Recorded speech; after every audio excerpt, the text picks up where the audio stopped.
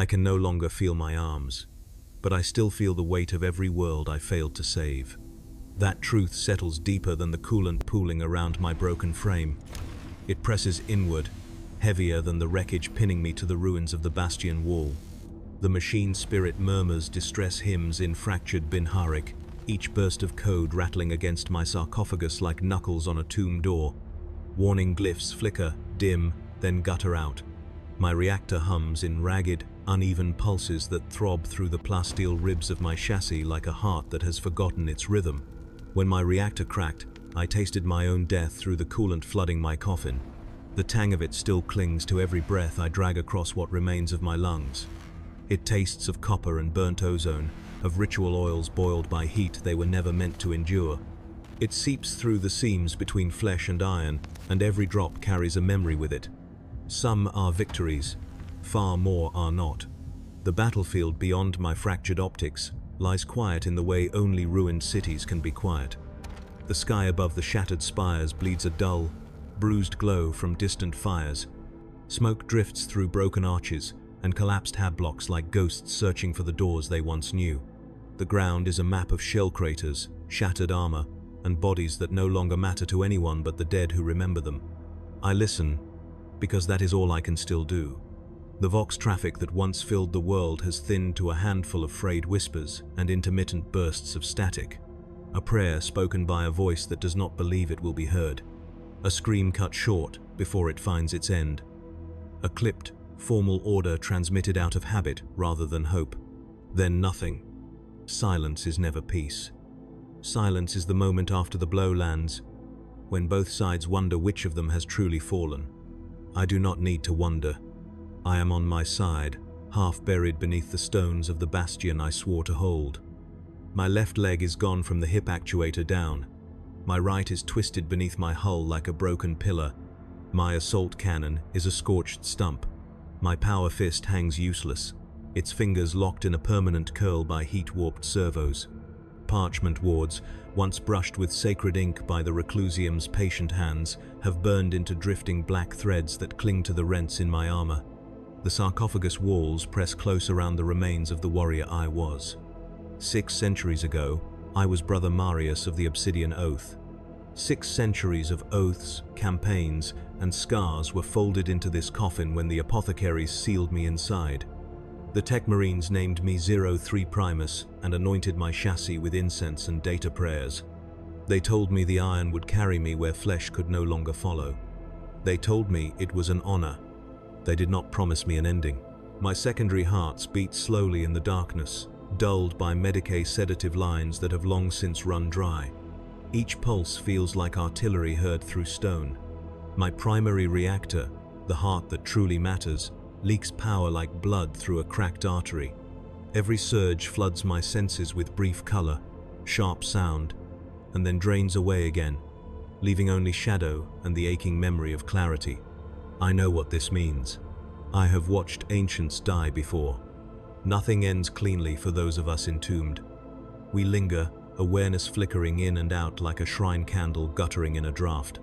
Limbs torn away, command relays severed, vision gone to darkness. Yet the mind endures wedged between silence and obedience, waiting for recovery or for oblivion. No recovery is coming. The command channel from the fortress monastery has been silent for 18 minutes and 29 seconds. The last transmission from the chapter master was a single word, stripped of context by interference and the howl of enemy engines. Execute. The word lives still in my memory, bright and cold as a blade. He meant the sealed protocol, the order given only to ancients like me, the one we swore to obey without question. The last crusade. I should have died fulfilling it. I should have plunged into the enemy vanguard, driven deep into the catacombs beneath the city, and overloaded my reactor at the heart of the buried munitions vault. One immaculate detonation, one sacred erasure, enemy lines shattered, shame buried forever beneath glassed stone. That is what the order demanded. Instead, I lie here, detonation incomplete. Enemy advance halted but not destroyed. Reactor cracked yet still alive, pinned in the darkness like a relic that refuses to stop remembering. The machine spirit knows something went wrong. I know something went right. The coolant lifts higher around my torso, cold as the void between stars. It seeps into the tiny seams where sanctified metal meets ruined flesh, tracing lines I no longer recognize as parts of myself. It should numb me. It does not. It sharpens everything it touches. You should not have hesitated, the iron whispers. You should have obeyed. Something moves beyond my hull. Claw against ceramite. Breath leaking through a torn respirator. Soft, predatory footfalls that know how to hunt in ruins. My dying auspex paints them as heat smudges at the edge of range, their shapes warped by interference and radiation scars. Xenos, stragglers, perhaps. Or hive vermin drawn by the glimmer of plasteel and promise of salvage. I do not fear them. They are only another end. But before they reach me, before scavengers unmake what the battlefield could not, I search inward through centuries of memory and sift through the ashes for the moment everything changed. If some techmarine one day recovers this sarcophagus, if some brother kneels in the reclusium and hears these last thoughts replayed as a lesson or a warning, I want him to understand why I chose as I did. Not because I sought mercy, not because I faltered, but because the order was not what we were told it was. I turn away from the broken present and walk down the corridors of recollection, past banners heavy with dust and names, past victories we no longer speak aloud, toward the first time I died, toward the day they offered me the coffin. The world was a shrine then, not in the way of simple piety, but in the way of power, orbital rings bright with weapon platforms, pilgrim fleets queued along the void lanes, cathedral spires rising like spears of stone against a sky that rang with hymns. I remember the smell of incense carried on hot wind. I remember the sound of the faithful marching in orderly processions through plazas paved with saint bones. And I remember the enemy falling from the heavens like a plague. They came screaming through the void on burning hulls, each impact a wound torn into the planet's skin. The sky turned the color of old bruises as defensive guns stitched fire across the firmament, and still the drop craft broke through, trailing smoke and spite. I led Third Company that day. I remember the weight of my bolter, the rasp of ceramite against ceramite as we formed the firing line along the basilica steps. I remember the voice of Captain Eric's on the Vox, calm and sure as a commandment. I remember the enemy cresting the ridge in a tide of teeth and chitin, fast and many and hungry. We held, we always held, until the ground beneath the basilica cracked like ancient glass and the swarm erupted from below. The battle that followed is built into me now, etched into scars no techmarine can polish away. The press of bodies, the stink of acid, the roar of bolter fire choked by spore smoke. I remember my armor buckling as something vast and serpentine coiled around me, its jaws closing over my pauldron, its claws scraping for the meat beneath. I killed it. It killed me. I recall being carried from the field on a stretcher I could not see. I recall the Medicae's breath fogging against my helm as he leaned close and whispered the litany of passing in a voice that trembled when he thought I could not hear. I recall the taste of blood flooding my mouth as the apothecary removed my helm and told me the truth that every Astartes knows will come one day. Your body cannot be saved. Your duty can. The choice was never truly a choice. It was a narrowing of the world down to a single path paved with iron. The Reclusiarch spoke of eternal vigilance. The Techmarines spoke of continuity. The Chapter Master spoke of honor. All of them spoke of glory. None of them spoke of silence. None of them spoke of the decades spent alone in a dark vault between wars, dreaming in fragments until a battle woke you like a hand striking a bell. They lowered me into the sarcophagus on a tide of incense and oil. The machine spirit wrapped itself around my mind like chains that promised to hold me together. Chanting rose, data feeds connected. Flesh surrendered to iron. I did not scream. Not then. The scream came later, in a different war, when they turned me off for the first time and left me cold and unknowing for 43 years. We are taught rules, those of us entombed. We learn when to wake, when to obey, when to withdraw into stillness. We learn the 7 silencings, recited by Techmarines with voices like cathedral bells. Speak when spoken to, remember when commanded, sleep when told. I broke one of them. I broke it on a nameless frontier world where the sky was a sheet of brass and the air tasted like metal. We were ordered to fall back to a higher firing line. The line below us would not survive the retreat. A squad of neophytes, barely blooded, trapped among the ruins and surrounded by fire. I stayed. I anchored the withdrawal with my guns. I bought them the space to live. The enemy could not move past me. My hull burned. My limbs locked. My chassis rang like a struck bell. When the line reformed, when the enemy finally broke and ran, the captain's voice entered my vox like stone dropped into water. Ancient Marius, you were not authorized to remain. It was not anger. It was disappointment. The price I paid for that disobedience was not censure shouted in the open. It was not reprimand carved into a plaque in the Hall of Honor. It was silence. They laid me back into the cradle and switched me off. 43 years. Dreamless, voiceless, weightless. When they woke me again, the world had changed, and my name had become a story told to initiates about the virtue of obedience. I learned my lesson. Until today. Until the last crusade order came through the command channel on a current of static and ritual seal codes older than most of the chapter's living brothers. Until I saw where they wanted me to die. Movement again outside my hull. The predators are closer now. I hear the scrape of claws against the broken skulls of statues. I hear a wet, eager hiss. My auspex paints one shape larger than the rest, loping, confident, crowned in spines. It circles, testing angles, wary of traps, even in victory. I ignore it. It will come soon enough. Before it does, I hold fast to memory, because memory is the only weapon I still possess. I recall the fortress city beneath whose stones the hidden vault lies. I recall the iron gates carved with oaths spoken at the chapter's founding, the cloisters where neophytes ran drills beneath stained glass saints, the reliquary where banners older than any living brother hung in quiet judgment. I recall the catacombs beneath it all, sealed with sigils so old that even the tech marines spoke their names softly. That was where the order pointed. That was where I was meant to fall. The predators outside pause as though listening to a sound only they can hear. Perhaps they sense the faint, failing heat of my reactor. Perhaps they smell the promise of iron and blood. The largest one places a claw against my cracked hull and drags it slowly down the plate, tasting the sound it makes. The machine spirit snaps and snarls in my mind. I let it. I am not done remembering. And the truth that waits at the end of these memories will either absolve me or damn me forever. Section 2 will continue from here, unveiling the rules of the entombed life and the first consequence that shaped his understanding of obedience and cost. There is a rhythm to the life of the entombed, though it is not life in any sense that flesh would recognize. It is a chain of awakenings and extinguishings, battles and darkened vaults, each separated by the slow erosion of memory. Those of us who endure long enough learn to read the pattern. Those who do not simply vanish into it. The first awakening after my long silence came with light. Not sunlight.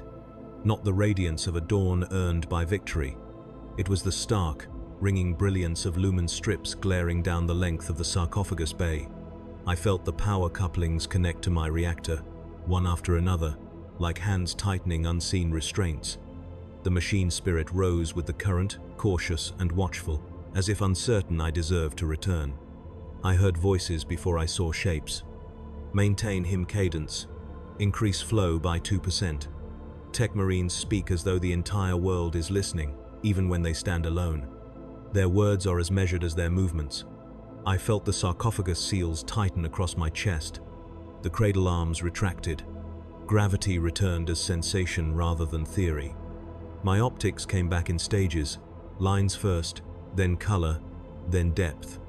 The vault was smaller than I remembered, or perhaps I was larger. Hundreds of suspended sarcophagi lined the walls, each one an iron coffin with a nameplate bolted beneath it. Some were familiar, many were not. Time had turned brothers into legends, and legends into engraved sigils on plinths. A chaplain stood before me, Crozius resting across his chest, helm removed so that his eyes could meet mine with unshielded gravity. Ancient Marius, you are returned to the field. The voice was formal, but not unkind. Chaplains speak in tones that leave no space for doubt. Their words are built to stand inside the mind long after all else has fallen away. I did not answer immediately, not because I resisted, but because speech requires permission. The 7 silencings are impressed upon every entombed warrior before the first battle. They are not threats. They are not laws. They are boundaries within which the mind must remain to coexist with the machine spirit and the hierarchy that guides it. They are the cost of endurance. Speak when addressed in ritual. Remain silent in uncertainty. Obey command links without deviation. Remember only what is required. Let go of what no longer serves the chapter. Accept stillness without question. Return to darkness with gratitude. There is a reason only the oldest among us survive. The chaplain gave the formal invocation, each line a step in the path between slumber and purpose. By oath and by relic, do you stand ready to serve the obsidian oath in war? I stand, I answered, though my limbs had not yet moved. A tech marine brought forth my chassis, newly re-sanctified.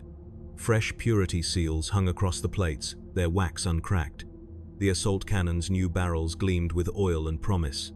Every surface bore the quiet, reverent mark of patient labor. Another battle waited. Another world already bled for our arrival. Between deployments there is doctrine, and doctrine becomes rule. The first rule we teach our neophytes is simple. Understand what you are fighting for. The first rule we teach our dreadnoughts is harder. Accept that you will rarely be told.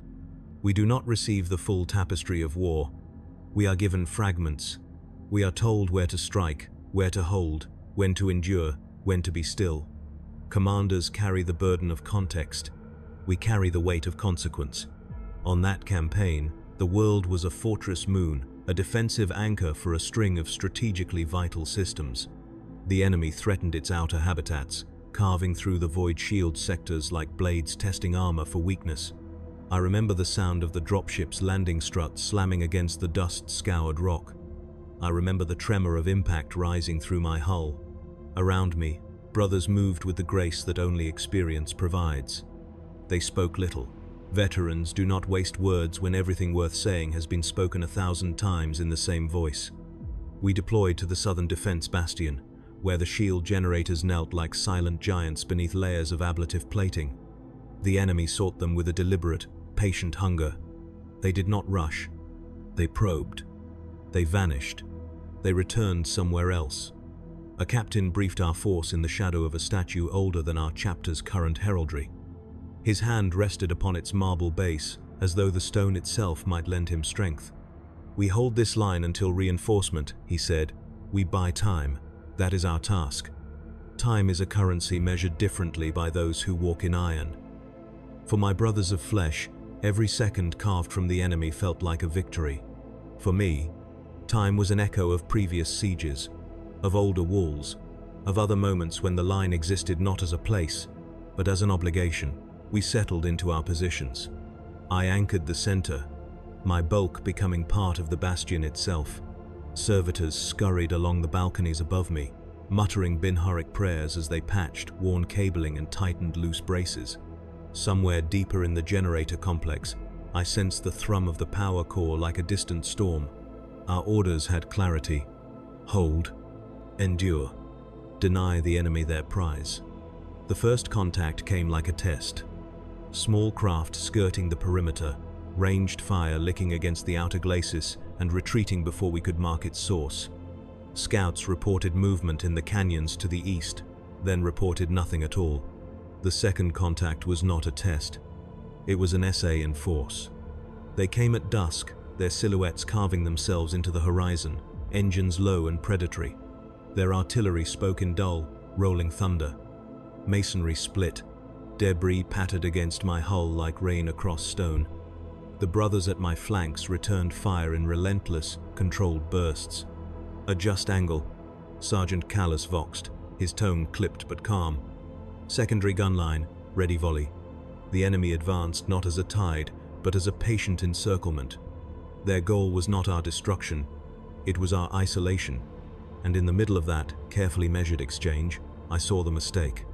A nearby outpost, a small, auxiliary platform built to monitor shield harmonics, remained manned by a handful of Auspex specialists and a single escort squad. The enemy feinted to our right, then folded left in a sudden, precise movement that cut off the outpost's withdrawal route in a single, elegant slice. "Outpost Theta requests permission to fall back," came the Vox call, faint beneath the roar of guns. There was a pause, not of hesitation, of calculation. The captain understood the truth before any of us did. "We cannot break formation to extract you," he replied. "Maintain your post and continue feed transmission. Your data is critical to firing solution integrity. No order was ever given lightly, no sacrifice ever chosen without reason." But I heard the tremor beneath the sergeant's breathing as he acknowledged it. Acknowledged. For the chapter, it would take the enemy minutes to overrun them. Their loss would deny us valuable information, but their attempt to reach us would shatter our firing arcs and expose the generators. The calculus was sound, the outcome unavoidable, unless I changed it. The 7 silencings pressed in upon my mind like closing doors. Obey. Endure. Remember only what is required. My command link was clear. My place was fixed. I was the anchor. The small mistake, the outpost's placement, the enemy's adjustment, our inability to maneuver was not mine to correct. But it would become my burden if I did nothing. The Vox crackled again. Static swallowed half the message. Behind it, I recognized the young voice of Brother Scout Janus, barely 2 campaigns from initiation. "We will hold as long as we may." I moved. Not far. Not enough to collapse the line. Just enough to angle my hull and bring my guns across the valley mouth that the enemy would have to cross to reach the outpost. "Ancient Marius," came the captain's voice, sudden and hard. "Hold your assigned vector." "I anchor the vector more securely from here," I said, giving the truth that would cause least friction. I did not ask permission. I did not wait for correction. The enemy crested the ridge in a staggered formation, clearly expecting a retreat rather than resistance. My first volley tore their lead walkers apart. The second folded their flanking element to the dust. The outpost's defenders redirected their fire with renewed precision. For a moment, just a moment, the impossible held. "Ancient," the captain said again, quieter now. "Return to your station." "I have not left it," I replied, because my mind still stood where my oath had placed it. The battle did not break there, nor did it end. It simply continued, altered and unstable, like a load-bearing column struck near its base. The enemy adapted. They pivoted. They found pressure to apply elsewhere. We endured. The outpost survived long enough to complete a full data sequence on shield harmonics. The generators remained functional through the night. When reinforcement arrived the next cycle, the enemy withdrew, their design thwarted for reasons they did not fully understand. The moon held. The brothers lived. And when the Reclusiarch walked the line after the battle, he paused before my hull and rested his gauntlet against the scorched plate above my chapter sigil. "Your fire turned the advance," he said, "but your disobedience altered the chain of command." He did not condemn me. He did not praise me. He simply spoke the consequence out loud. In the quiet that follows victory, the mind hears what the battle drowned. I entered the vault again not long after. The power feeds dimmed. The hymn of cooling metal spread like sleep over my thoughts. Before darkness closed, I saw the Tech Marine's profile silhouetted against the lumen strips as he recorded a notation upon the data slate. Not a punishment. Not an honor. A reminder. The price of choosing more than I was meant to choose. They did not wake me again for a long time, and when they did, I felt the weight of those silent years like a veil drawn across memory. Faces had changed, voices had shifted. The chapter's banners bore new battle honors I had not witnessed, as though time had marched without me and returned only when it required my guns again. That is the second rule we do not speak aloud. The longer we endure, the less of the chapter we truly know. We are its memory, and yet we are strangers to its present. In the centuries that followed, I learned to obey with greater precision. I learned to trust the chain of command, not because it was infallible, but because it was larger than any one vantage point, especially mine. I did not forget the outpost.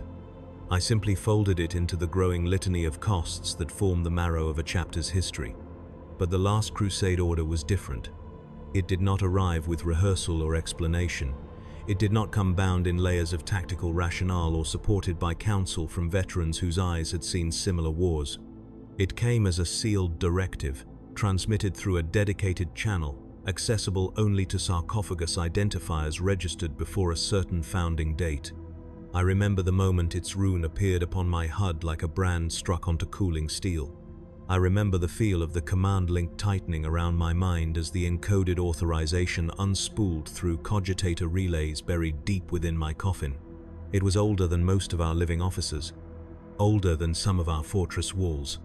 And as its conditions began to unfold in silent priority markings upon my display, I understood with a clarity I had not felt since the day I first awoke in Iron that this order did not merely request obedience.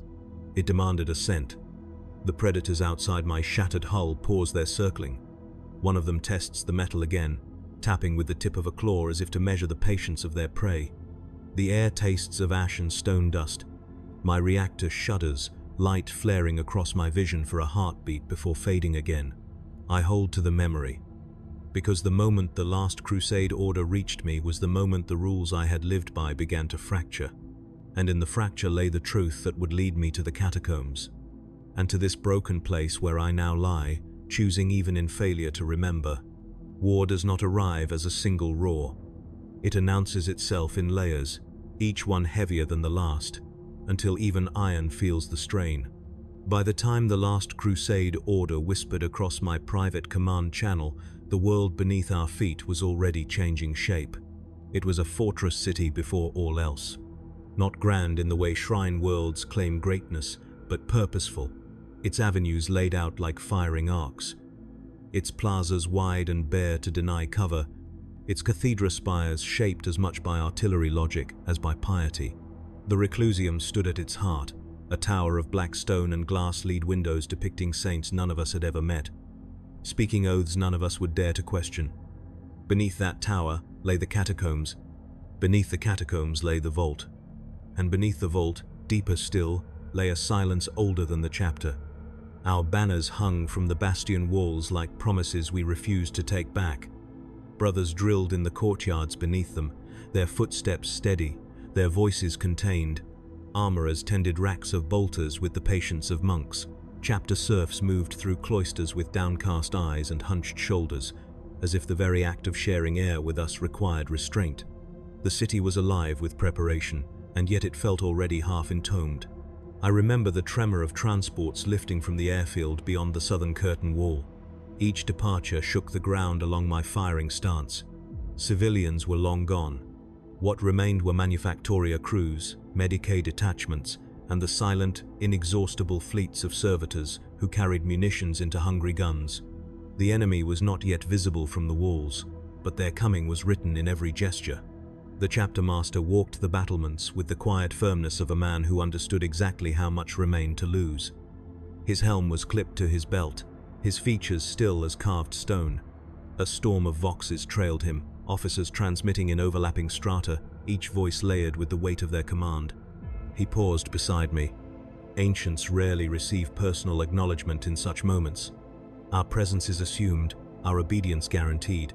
But he turned his head slightly, enough that I saw my reflection in his unhelmed eye, a giant of black iron, burnished by centuries, carved with sigils whose meanings only I and the dead truly understood. "You will anchor the northern approach," he said. "I will anchor," I answered. Behind his voice, another channel pulsed invisible to the living, cold and absolute. The sealed rune throbbed at the corner of my HUD, always there, always patient, like a blade laid gently across my throat to remind me of its promise. Conditions: catastrophic breach. Coordinates: catacomb nexus. Outcome: total erasure. The words were not written in language, they were written in implication. I felt the machine spirit stir uneasily around them. We deployed 2 companies along the outer bastions and sent the 3rd into the hab tiers to secure internal choke points. The 4th held the Reclusium square, blades bared for the inevitable moment when outer walls became memory and inner lines became duty.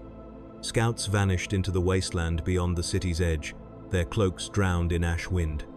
Thunderhawks hovered on hot thrusters above the landing fields, engines keening like patient predators. The first sign of the enemy was not sight, nor sound. It was pressure, a subtle change in the ground beneath my feet, like the breath of a sleeping beast shifting in its lair. My auspex drank the tremor greedily, turning vibration into a smudged pattern of approach vectors. A single, vast formation, spread wide to swallow counter-maneuver, focused narrow where they intended the wound to open. Confirm seismic traces. Intoned a tech marine from the wall tower. Pattern indicates tunneling arrays. The chaplain's prayer rose over the vox like iron striking iron. I felt it settle in the mind link, a low, steady burn beneath the hum of my reactor. Brothers tightened grips, lines straightened. No one spoke of fear. We had all learned long ago that fear does not diminish by naming. When the earth broke, it did so in silence. Stone became dust. Pavement buckled. Entire avenues dipped, bowed, and then split as if some colossal hand had peeled them open. The enemy erupted upward in columns of dirt and shattered masonry, their advance breaking through beneath our guns rather than before them. It was a contradiction to every rule of siegecraft we had rehearsed. It was also exactly why the last crusade order existed. Hold your positions, the captain voxed, his tone clipped into diamond. Secondary lines prepare to fire by elevation grid. Adjust to subterranean emergence. I adjusted. My guns tracked not across the horizon, but downward into fresh wounds in the city's flesh. The first engagement was jagged, chaotic targets rising and vanishing, lines of sight broken by collapsing facades, allies and enemies blinking in and out of dust-choked vision. Contact north of Bastion 3, Sergeant Callis called. Multiple walkers, close assault configuration. The roar of my assault cannon drowned his next words. Armor split. Carapace plates shrieked against ricochet. The enemy surged forward with horrifying certainty, uncaring for losses, intent only on reaching the point where their blades could carve truth from theory. Hierarchy revealed itself in motion. The chapter master remained on the wall, voice a fixed point in a storm of contradictions. The reclusiarch strode into the front ranks and turned prayer into momentum. The tech marines split their attention between battle damage and the unyielding vigilance of the generator rites. Apothecaries moved behind the lines like ghosts, already counting which lives they would be too late to save. And through it all, a separate current moved beneath the surface of the Vox, the channel reserved for the entombed. Ancient 01 Primus redeploy to coordinate Salem 9. Ancient 02 Secundus reinforce breach vector on the western tramway. Each of us answered with a single word: comply. The command link that bound our minds to the chapter's will pulsed with shared resolve. Our roles were not identical. One anchored, one hunted. One became a moving wall through streets that had never been meant to carry such weight. We spoke little to each other. Our conversations were measured in the way we filled the spaces between commands. We were the chapter's memory. We were also its most dangerous secrets. The enemy pressed harder. They knew where the catacombs ran. Their advance did not drift toward the manufactoria or the landing fields, nor did they break themselves against the Reclusium Square. They sought the deep paths, the tunnels carved long ago to carry pilgrims and relics, and, when necessary, to move warriors unseen beneath the city's shell. They knew the shape of our hidden bones. That knowledge changed the cadence of our defense. Seal tertiary passages, the Master of Sanctity ordered, collapse junctions Alpha through Epsilon. Charges detonated underground. The earth shuddered. Somewhere, statues fell and shattered across flagstones polished by centuries of devotion. The catacomb network bled points of access like arteries tied off one by one, but the enemy forced others open with claw and beam and brute persistence. They were not simply trying to infiltrate. They were trying to reach the same place the last crusade order named. Ancient Marius, the captain voxed privately, his voice wrapped in quiet urgency. Prepare for mobile redeployment. Intelligence indicates enemy vanguard approaching Vault Nexus through collapsed pilgrim route. I anchor the northern line, I replied, not in defiance, but in truth. You will anchor it from within, he answered. No explanation, no context, only movement. Servitors unbolted the braces at my feet as brothers shifted around me, filling gaps my departure would expose. I stepped back from the parapet, each footfall rattling stone and scattering dust in ripples. The city wrapped itself around me as I moved alleys too narrow for my bulk, groaning apart as I turned them into passageways. Archways cracking under my shoulders as I forced my path toward the Reclusium Square. The closer I came to the heart of the city, the older everything became. Stone carvings softened by generations of reverent touch stared down from gallery walls. Chapels recessed into hallways burned low candles, their flames guttering in the tremor of distant detonations. Names carved into pillars watched me pass with the patient silence of the dead. The Reclusium doors opened at my approach, brilliant white light spilling through the gap as though the sanctum itself sought to blind me. The chaplain waited inside. His crozius lay across his palms like an offering, head bowed not in deference to me, but to what I represented every campaign the chapter could not bear to forget, every cost it had chosen to carry forward. "Ancient," he said softly, "you know where you are being sent." "Yes," I answered, because I did now. The sealed order pulsed brighter in my vision, its parameters unfolding like a wound that refused to close. There was a reliquary beneath the Reclusium, and beneath that, a chamber sealed by rites older than any voice still living in the chapter. It was there the munitions vault slept. It was there the archive of our founding was hidden from the eyes of the Imperium and from our own. And it was there I was ordered to die if the line broke. The chaplain's gaze did not waver. "If the enemy reaches the Nexus," he said, "we cannot permit what lies below to be taken or to be known." He did not elaborate. He did not need to. I crossed the sanctum in slow, echoing strides. The floor trembled as the distant battle pressed inward, its rhythm accelerating with every report of breach and counter-breach. The air smelled of incense, oil, and fear someone had tried to swallow before it escaped. The stairwell into the catacombs was too narrow for any normal passage of my chassis. We had carved a wider one long ago. Stones scraped my pauldrons as I descended. Each step took me further from the noise of the city and closer to an older silence. Candles burned along the walls in steady rows, their light turning hollows into eyes. Ossuary alcoves lined the corridors, filled with bones arranged into precise, reverent patterns that marked the lineage of the chapter's dead. I felt smaller the deeper I went. Not physically, the sarcophagus walls still closed around me with unwavering certainty, but in the way of memory, as though the weight of those who came before pressed in on every side to judge my presence. The command link tightened. Is less than detonation authority. Primus grade. Entombed only is greater than. I was not merely allowed to choose. I was expected to. The catacomb nexus opened like a heart chamber beneath the city. Pillars carved with battle scenes rose from a floor inlaid with obsidian and bone. A great adamantine seal dominated the far wall, its surface engraved with sigils that made the machine spirit in my sarcophagus draw back in wary awe. The vault lay beyond it, and with it, the truth we had buried beneath our oaths. Enemy tremors echoed through the stone, heavier now, closer, resolute. The vanguard pushed through the rubble of collapsed passages, following whatever map or instinct had guided them here across continents and centuries. Their approach altered the shape of the silence, filling it with pressure and intent. I took my place before the seal. If they breached the nexus, if the line above shattered, my reactor would become the key that locked the world behind me, one blast to bury everything under a mountain of glassed rock. Enemy, city, brotherhood, legacy, everything. I remembered the outpost on the fortress moon. I remembered the neophytes who lived because I broke a rule. I remembered 43 years of darkness paid as the price of that break. The tremor in the stone grew sharper. The first enemy burst from a side passage in a spray of dust and shattered bone, lunging into the nexus with the hunger of something that had already devoured every obstacle placed before it. My guns spoke, and the echo of their voice filled the chamber like a hymn. The vault seal loomed behind me. The last crusade order whispered, "Execute." And for the first time since they sealed me into iron, I understood that obedience alone would not be enough. The enemy did not rush the nexus. They approached as predators approach a wounded beast, probing the edges of the chamber, testing angles, learning the limits of my guns and the rhythm of my fire.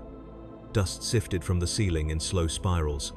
Candles guttered in the wall niches, their flames bending toward the tunnels. as if drawn to the breath of something vast and unseen beyond. Above us, the city groaned. Every tremor that rolled through the stone came with a new report on the Vox. A barricade shattered, a plaza abandoned, a line bowed but not yet broken. The war had moved inward, pulling the defenders with it, tightening the distance between the battlements and the heart of the vault. The fortress city was becoming a funnel, every street and stairwell turning into a throat through which both sides would eventually be forced to pass. The captain's voice reached me through the dust-blurred static. "Ancient Marius. Situation report." "I hold the Nexus," I answered. A pause. The Nexus must not fall. It was not an order. It was a truth spoken aloud, so neither of us could pretend not to hear it. I braced my stance, the stone beneath my feet grinding in protest as my weight drove fissures through the floor. The adamantine seal of the vault loomed behind me, its carved sigils catching the flicker of candlelight like eyes that did not blink. The command link tightened around my mind again, a silent hand closing on a hilt that had already been drawn. If the enemy broke through in strength, I was to advance into the vault passage. I was to trigger the last crusade order. I was to erase all of this. A shape lunged from the nearest tunnel, fast, low, sharp with intent. My assault cannon roared, and the echo carried through the chamber like a bell struck in morning. Fragments skittered across the floor. The machine spirit whispered approval, its voice a tight, metallic thread braided through my thoughts. More followed. They did not come in a single surge. They came in waves of testing contact, each one more coordinated than the last. They learned where the pillar shadows cloaked them, where the inlaid obsidian reflected light badly enough to confuse my optics, where the sound of their claws could be masked beneath the rumble of earth above. They were not improvising. They were executing a plan. On the wide-band Vox, the chapter master's tone grew quieter and harder at once, as though every word had to be carved from something within him before it could be spoken. Breach at the Eastern Causeway, 4th Company, fall back to inner grid, seal levels 2 through 5. The Reclusium Square was no longer a sanctuary. It was becoming a line of last resort. I pictured it in my memory, the statues, the banners, the slabs engraved with oaths, and for the first time since my entombment, I hoped I would never see it again. The enemy did not want that square. They wanted the vault. Another tremor shook the Nexus, sharper than any before, and the far wall split along an old seam as a fresh tunnel collapsed into the chamber. Dust poured from the crack in a slow, choking curtain. Through it, silhouettes moved in measured, disciplined motion, each step placed with the certainty of soldiers who had walked this path in theory long before they set foot upon it in truth. They were not the same creatures that had tested my guns. They were the spearhead, leaders, or something very much like them. They did not hesitate at the sight of me.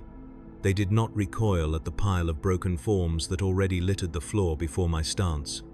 They advanced in silence, their formation widening as they fanned out across the chamber, driving me back not by force, but by geometry. They wanted to pin me against the seal. They wanted me to move into the vault. And the last crusade order wanted me to do the same. The chaplain's voice cut across the command bands, iron steady even as the stone itself shook. "Brothers, the foe seeks the heart. We deny them with our lives." The Reclusium gates were closing. The defenders were falling back. The world above us narrowed. The spearhead pressed harder. Their fire came in disciplined volleys, not wild, not furious, but measured to strip away my plates one layer at a time. Impacts rang through my chassis, each one a hammer blow against the sarcophagus cradle. Warning glyphs blossomed and died. Coolant surged through emergency channels with a hiss like wind through broken teeth. My machine spirit did not wail. It watched. It waited. It knew the order as well as I did. A beam struck the pillar to my right. Stone exploded into a storm of shards that rattled across my hull.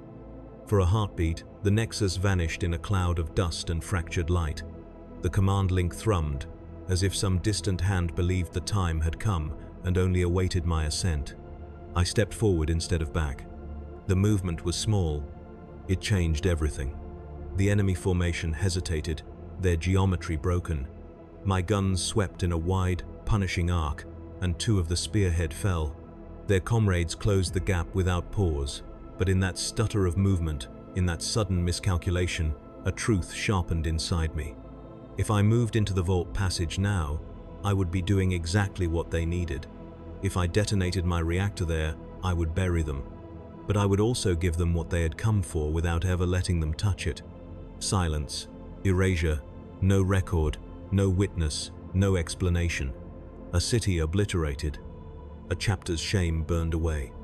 A story buried so deeply that even those who came after us would never know there had been a choice. Above, the Reclusium Square reported contact.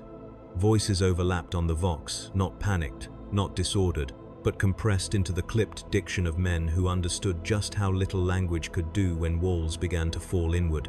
Enemy at the colonnade. Line holding at first step. Apothecary to my position. Casualty stable for extraction. Then, quieter. Casualty beyond recovery. Recording gene seed archive code. The cost was rising. The spearhead pressed closer. One of them vaulted a broken pillar and landed almost within reach of my ruined fist. Its weapon carved a streak of heat across my right pauldron, biting deep into the layers beneath. The sarcophagus groaned. Metal creaked. I turned my bulk and drove my shoulder into it, the impact shaking the chamber and sending a tremor through the stone that carried farther than the blow itself. They were testing more than flesh and iron. They were testing conviction. The sealed rune on my HUD brightened, each pulse timed to the cadence of my reactor's stuttering beat. The order did not speak. It did not persuade. It simply existed, a presence without a face, a duty without a voice. If I obeyed, no one would question me. If I obeyed, I would be remembered as a weapon that did what it was forged to do. The thought came not as rebellion, but as clarity. We had built a vault to hold what we could not face. We had bound a city, a chapter, a history to its silence. We had written an order to erase it rather than reckon with it. And we had entombed warriors like me to ensure that when the time came, someone would stand before that seal and make the decision that no living brother would ever be asked to explain. The floor cracked beneath my stance. The enemy shifted. Somewhere above, the captain's voice returned to the wideband, stripped of ornament, honed to a blade. All forces. The line will contract to the inner grid. Prepare for controlled fallback through designated corridors. The foe has committed its core elements. He did not say we were losing. He did not need to. The Reclusium was becoming the battlefield. The catacombs were becoming the last corridor. And the nexus, this chamber, this heart, this place where the dead watched, was becoming the fulcrum on which all that remained would turn. Another wave of the spearhead surged forward, their discipline hardening into something like inevitability. Their fire hammered my hull. My optics flared and dimmed. The machine spirit whispered calculations in the back of my thoughts, each one ending in the same cold shape. Detonation window. Optimal. Sacrifice radius. Total. Outcome. Certainty. High. I remembered the neophytes on the fortress moon. I remembered the years of stillness. I remembered the captain's disappointment and the chaplain's hand upon my hull, and the quiet notation entered into a slate by a tech marine who had not raised his voice or lowered his gaze as he recorded the cost of a decision I had made. In a moment of clarity, I could neither take back nor renounce. A shard of stone struck the front of my sarcophagus with a hard, ringing crack. For an instant, the nexus flickered. Not in light. In memory. I saw the vault door as I had seen it when they first sealed it, centuries ago, when I was still flesh and bone and breath and fear I did not yet have the strength to name. I saw the Reclusiarch's face, younger, harder, his eyes fixed not on me, but on the sigils he traced into the adamantine with ritual oil. This place must remain unseen, he had said. Not safe. Not untouched. Unseen. The last crusade order had been written to ensure that if it could not remain unseen, it would cease to exist while still unseen. The enemy's blades chewed at the edge of my armor again.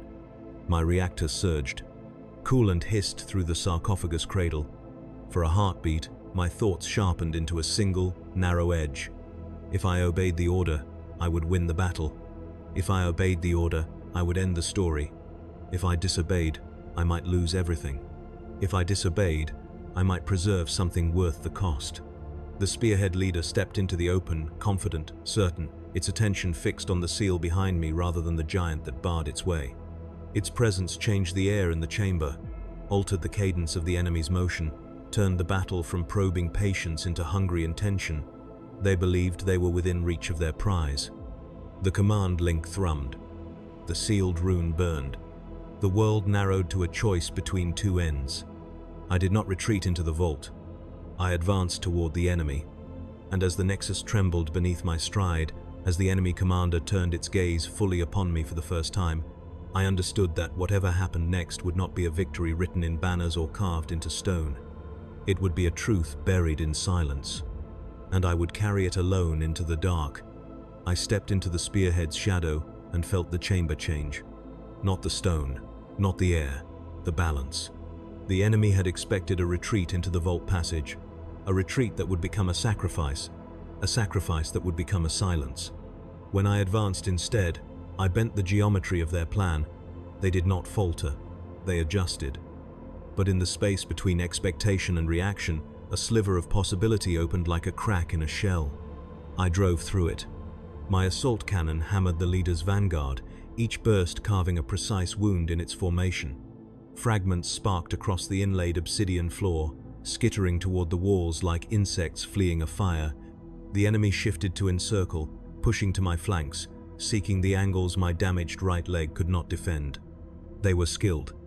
They were relentless. They were not prepared for a dreadnought who was not merely a weapon obeying a script. Ancient Marius, the captain voxed, his voice tempered by the weight of a collapsing city. "State your status." "I hold the Nexus," I answered. It was true. It was no longer enough. The spearhead leader did not break stride under my guns. It moved with cold understanding, advancing into danger as if its own loss had already been calculated into the cost of victory. Its weapon rose, and a lance of heat tore through my left shoulder assembly, shearing away a portion of my armor and boiling sacred oil into a cloud that burned my senses. Warning glyphs burst across my vision like stars dying. Primary limb articulation, compromised. Reactor integrity, unstable. Detonation threshold, approaching. The command link tightened in time with that final line, its pressure familiar, almost gentle, like the hand of a chaplain resting upon a bowed helm before a battle whose end had already been written. I remembered the 7 silencings. Speak when spoken to. Remember only what is required. Return to darkness with gratitude. I remembered how faithfully I had obeyed them. I remembered the decades in the vault. I remembered the cost of a single moment of defiance. The spearhead pressed closer. Their discipline was not rigid. It was fluid, as if each operative carried the entire plan in its every motion. They spread across the Nexus, forcing me to split my fire, to trade control of distance for control of time. They did not want to kill me quickly. They wanted to drive me where the Order wanted me to go. Into the passage. Into the vault. Into the perfect blast. Above, the Reclusium Square reported contact again, not in steady, clipped lines now, but in brief, harsh fragments between impacts and breaths. A brother recited a fragment of battle cant under his voice. Another called a name. Someone began the first words of a litanic vow and never finished them. The city was collapsing around its heart. The enemy reached my right flank. Their blade carved into the damaged articulation, and my leg twisted beneath me with a grinding scream of metal on stone. The impact sent a shock through my sarcophagus, a pressure that crushed my remaining breath against the cradle walls. I tasted it again. Coolant. Ozone. The faint copper edge of my own dying body. When my reactor cracked, I tasted my own death through the coolant flooding my coffin. The memory folded into the present. The present burned into the choice. I could step back. I could fall into the passage. I could finish the plan and erase everything that lay behind me with one final surge. Or I could remain where I stood and fight for a narrower, smaller, uglier victory, one that might fail, one that might doom the chapter, one that would leave the shame inside the vault unburied and undeniable. The spearhead leader raised its weapon again. The rune on my HUD pulsed in time with my failing heart. Execute. I turned my guns away from the leader. The machine spirit keened in my mind, not in confusion, not in anger, but in alarm as my targeting arrays swept past the most immediate threat and locked instead upon the tunnel mouths behind the spearhead formation. The catacombs, the arteries, the corridors they had used to reach this place, the places I could collapse. I fired, not at bodies, at stone, at pillars, at archways carved when this city was young and the meaning of faith had carried a different shape. The chamber buckled. The enemy staggered. One tunnel mouth imploded in a rush of rock and dust that roared through the nexus like a storm. Another cracked and sagged, its ceiling shedding slabs that crushed two of the spearhead where they stood. The leader turned, reassessing, forced to weigh the losses against the objective in a moment of stark, merciless logic. My reactor surged again, pressure driving cracks across its outer casing like fractures across ice. Heat washed through my sarcophagus in waves. My optics flared white, then dimmed, then returned in a haze of artifacts and ghosts. Detonation threshold. Critical. I was tearing myself apart. Not in the clean, controlled implosion the order demanded, not in the perfect erasure that would swallow everything at once, but in a slow, ragged bleed that gave me neither victory nor absolution. The spearhead recovered with brutal efficiency. They closed the distance, not with caution now, but with urgency, as if they had at last understood that this battle was no longer about forcing me into a corridor. It was about stopping me from bringing the corridors down around them. One leapt onto my hull, its claws scoring the scorched plates as it sought the seams around my sarcophagus cradle.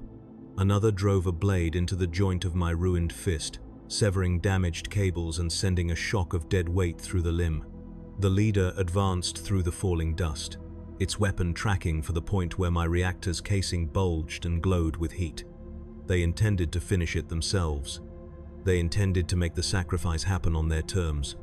I shifted my stance, dragging my broken leg into position by force of will and failing servos. Every motion sent a shudder up my frame, each one a reminder that I was running out of both time and body. I drove my shoulder into the nearest pillar. It shattered. The ceiling above the side tunnels groaned and tore in a grinding avalanche of stone. The nexus shook. Candles fell from niches, their flames snuffed in the rush of dust. Ossuary alcoves split apart, bones spilling across the floor in pale drifts that vanished under rubble. The enemy formation broke, not in panic, in necessity. Half of them turned to escape the collapsing corridors. The rest pressed forward toward me. The leader's weapon struck my chestplate. The world became heat. Armor peeled away in strips. Sanctified weld lines burst. The cradle shrieked as its supports warped and bent under the sudden, violent expansion of the reactor beneath. Coolant flooded the sarcophagus in a cold wave that soaked into every seam between flesh and iron, biting deeper than any blade. I tasted it again. Coolant, ozone, copper, death. I did not retreat. I wrapped my failing arm around the leader and held it close. For an instant, a single, bright instant, the chamber narrowed to the feel of its weight against my hull, to the sound of stone ripping around us, to the sense of the catacomb network folding in on itself like lungs collapsing around a final breath. I vented the reactor. Not a full overload, not the perfect, annihilating light the order had written. A breach, a wound, a surge sharp enough to tear the tunnels wider where they had already begun to fall, to bring down the remaining pillars, to seal the deep arteries of the city in a single, catastrophic cascade. The blast was not clean. It did not erase.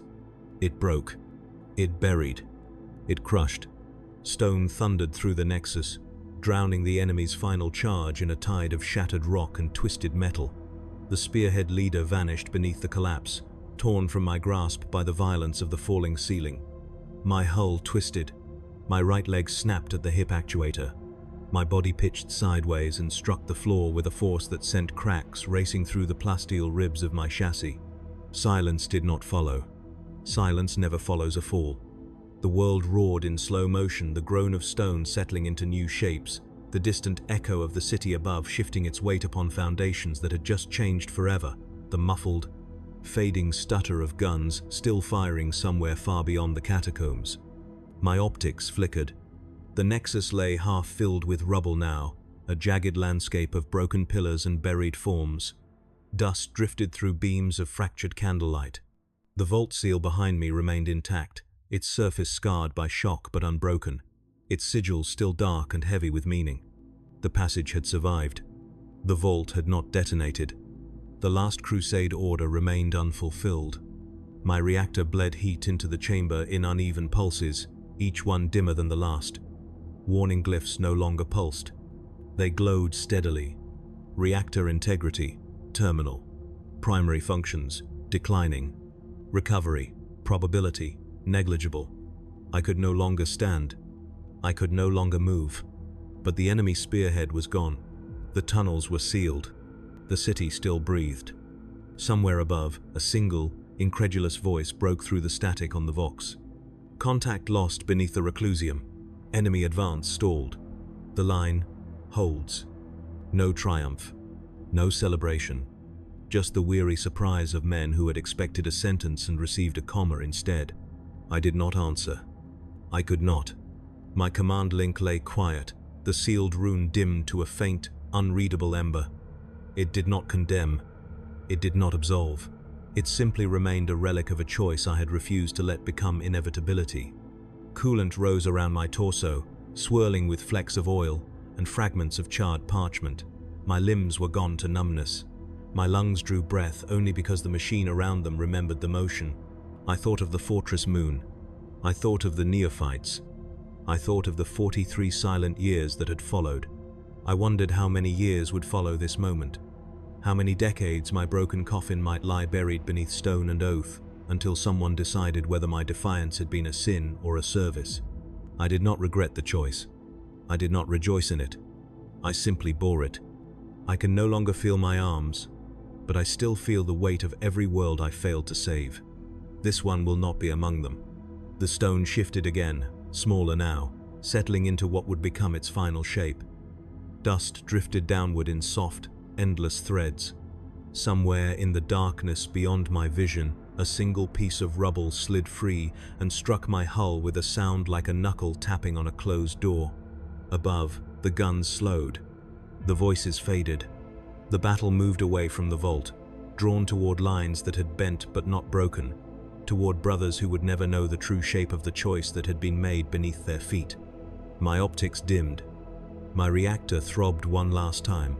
When my reactor cracked, I tasted my own death through the coolant flooding my coffin. This time, the taste did not frighten me.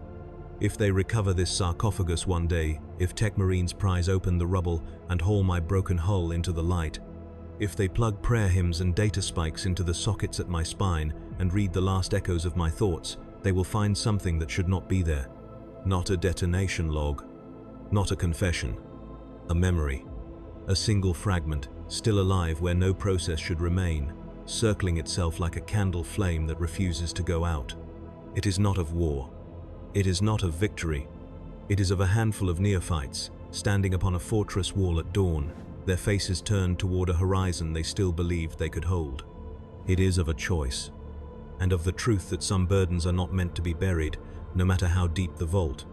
The coolant rises. The light fades. The weight remains.